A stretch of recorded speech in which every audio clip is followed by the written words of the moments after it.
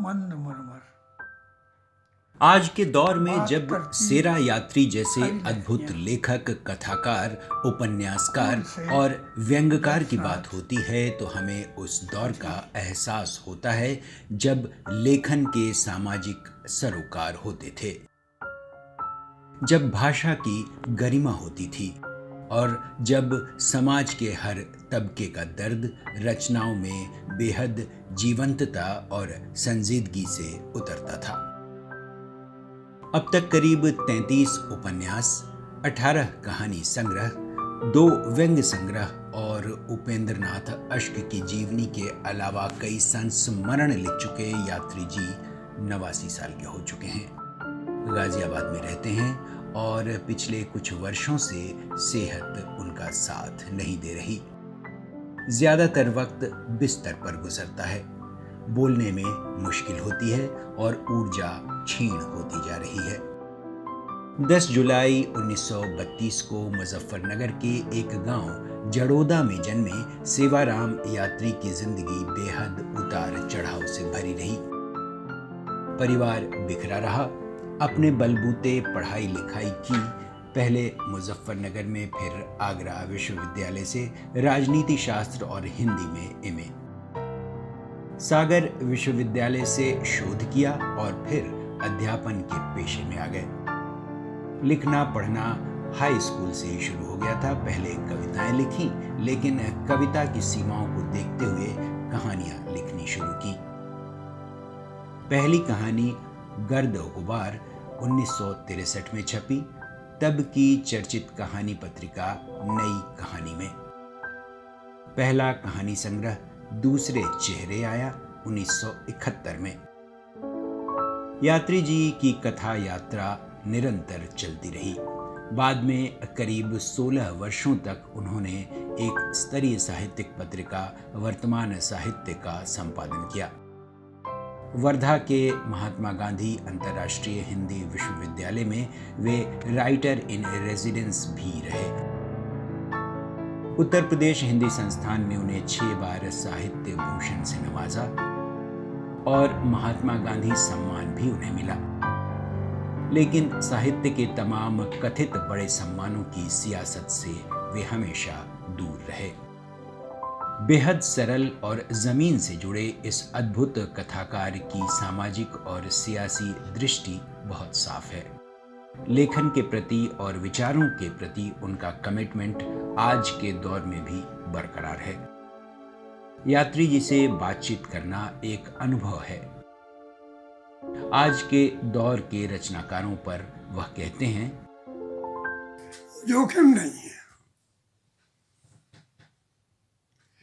लेखन के लिए जो एक प्रतिबद्धता होती है, एक कमिटमेंट होता है।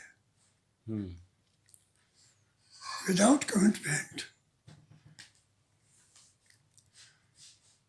आप हैं क्या? ढोल है। आज सबसे बड़ी कमी लेखन में कमिटमेंट की। मैं जो जोखिम उठाता हूँ,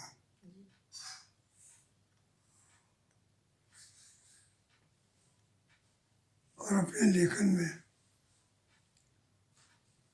रेखांकित करता हूँ,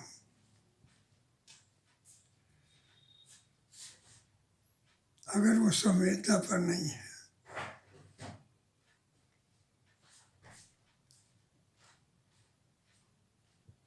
उसके लिए मैं जिम्मेदार नहीं हूँ।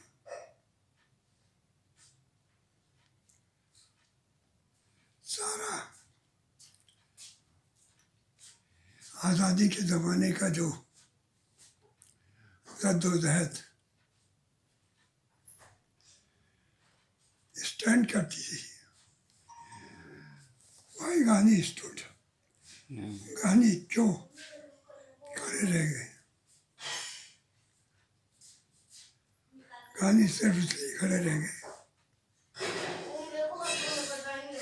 उनका शायद मंत्र था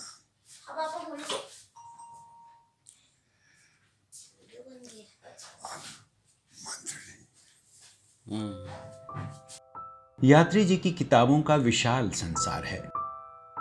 खंडित संवाद, गुमनामी के अंधेरे में, दराजों में बंद दस्तावेज, टापू पर अकेले, प्यासी नदी, नदी पीछे नहीं मुड़ती, जिप्सी स्कॉलर, फिर से इंतजार, गुमनामी के अंधेरे में, बिखरे तिनके, युद्ध अविराम, एक जिंदगी और। फेहरिस्त बहुत लंबी है, लेकिन क्या अब भी कुछ ऐसा है जो यात्री जी नहीं लिख सके? मैं को नहीं लिख पाया। यही यहाँ आकर मेरी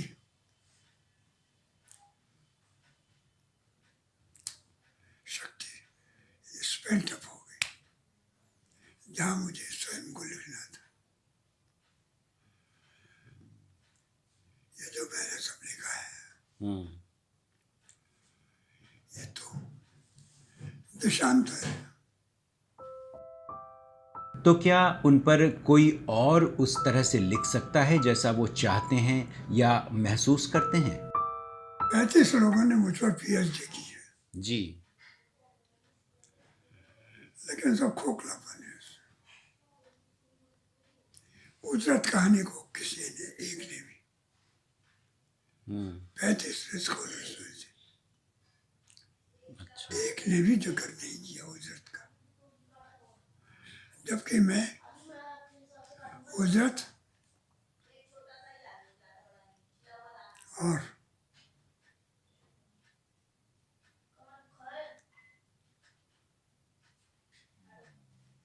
दरारों के बीच दो कहानियां ऐसी है मेरी। क्या इन सैकड़ों कहानियों में यही दोनों कहानियां सेरा यात्री को अपनी सबसे बेहतरीन और मुकम्मल कहानी लगती है? जी हाँ, बहुत अच्छी कहानी। स्टूडेंट क्या होता था हमारे जमाने में, वो उजरत में, उसको आप कई बार पढ़ेंगे तब पकड़ में आएगी कितना बचने की कोशिश है और कितना सामने आ जाने का जज्बा है। दोनों चीजें हैं उसका। आज के दौर में जिस तरह जल्दी से जल्दी छपने की होड़ लगी है, वह यात्री जी को विचलित करती है। नई पीढ़ी के लेखकों में पढ़ने की आदत नहीं है, यह उनकी बड़ी चिंता है। यात्री जी मानते हैं कि नई पीढ़ी को पहले पढ़ना चाहिए। क्लासिक पढ़ना चाहिए, प्रेमचंद को पढ़ना चाहिए, रेणु को पढ़ना चाहिए, हिमांशु श्रीवास्तव को पढ़ना चाहिए,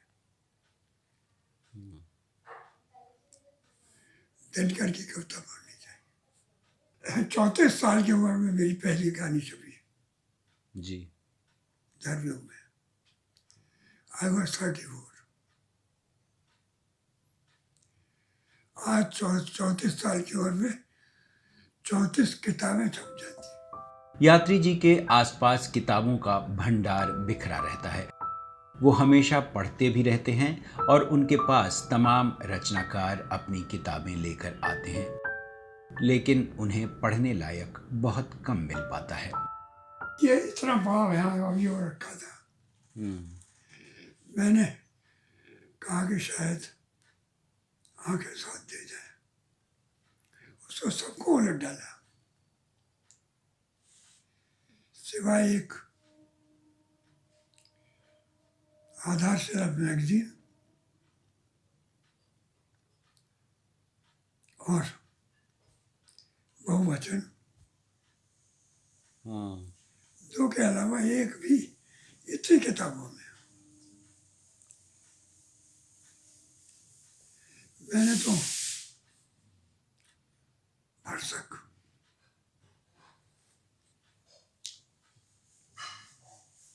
मेरठ से समाज प्रकाशन से करीब 4,000 रुपए की दाम हुई।